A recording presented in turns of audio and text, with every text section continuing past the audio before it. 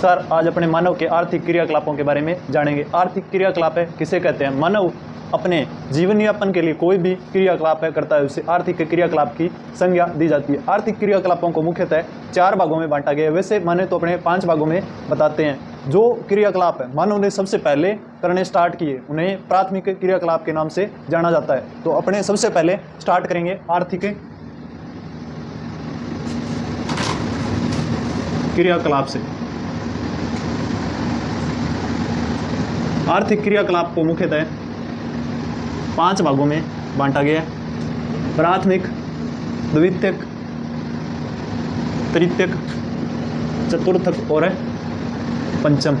इन्हें प्राथमिक, द्वितीयक, तृतीयक और चतुर्थक और पंचम लिख लेना। प्राथमिक क्रियाकलाप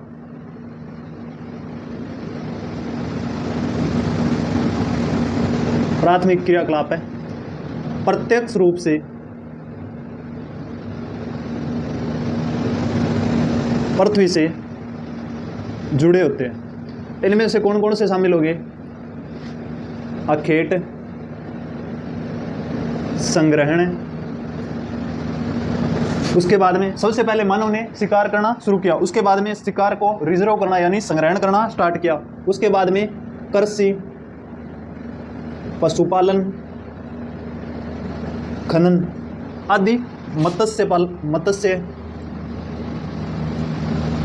पालन, यानी जो प्रत्यक्ष रूप से प्रकृति से जुड़े हो। प्रकृति लिख लेना, चाहे पृथ्वी लिख लेना। प्रकृति से जुड़े हो, डायरेक्ट है अपने। अखेट है तो क्या है? जीवों पर है, निर्भर है मानव। संग्रहण है तो क्या है?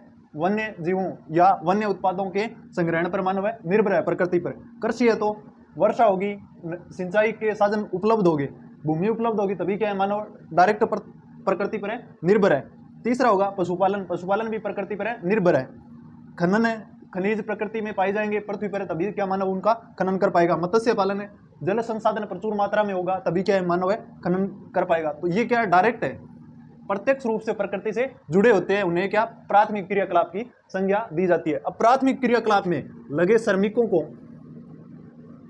खतरा ज्यादा होता है तो लाल कॉलर श्रमिक के नाम से जाना जाता है। द्वितीयक क्रियाकलाप में, द्वितीयक क्रियाकलाप में, क्रियाकलाप समझ लेना भाई इससे प्रकृति द्वारा प्रदत्त संसाधनों के अंतर्गत है मूल्यवर्धन किया जाता है।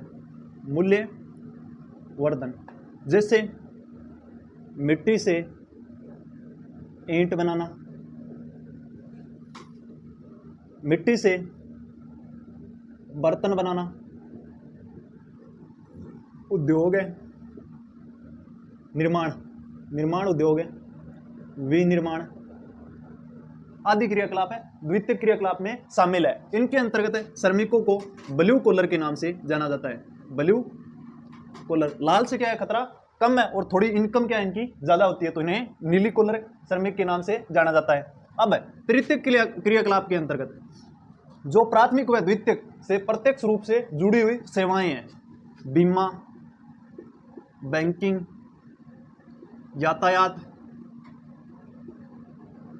सेवा इत्यादि, ये किस में शामिल होंगे? तृतीयक में। तृतीयक में महिलाओं को पिंक कॉलर और पुरुषों को दूसर। दूसरा रंग कौन सा होता है? मर्दा का रंग दूसरा होता है। तो आदमी की मट्टी मोड़ रहा है तो आपा के कहा आदमी तो तृतीय क्रियाकलाप के अंदर है दूसरे कॉलर होसी और महिला के होसी पिंक कॉलर श्रमिक। चतुर्थक क्रियाकलाप है। चतुर्थक क्रियाकलाप में शिक्षा, शोध, प्रबंधन इत्यादि, यानी उच्च अप्रत्यक्ष सेवाएं, अप्रत्यक्ष सेवाएं इसमें शामिल होगी चतुर्थक क्रियाकलाप में। इसमें इनकम क्या है? बड़ी होगी। तो अपने श्रमिकों को नाम क्या देंगे? सफेद कॉलर। नाम सुने होगे, व्हाइट कॉलर है, जॉब कर दे तो सफेद कॉलर की होसी, बढ़िया इनकम होसी, बान श्रमिका के नाम दे दियो सफेद कॉलर।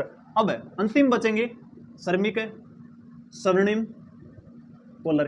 अब इसके अंतर्गत व्याख्याता वगैरह इसमें चतुर्थक में शामिल होंगे। पंचम में नीति निर्माण, नीति निर्माता वकील, यानी जो अपने बौद्धिक संपदा को शामिल किया जाता है, रिसर्च वगैरह, विज्ञान से संबंधित खोज है,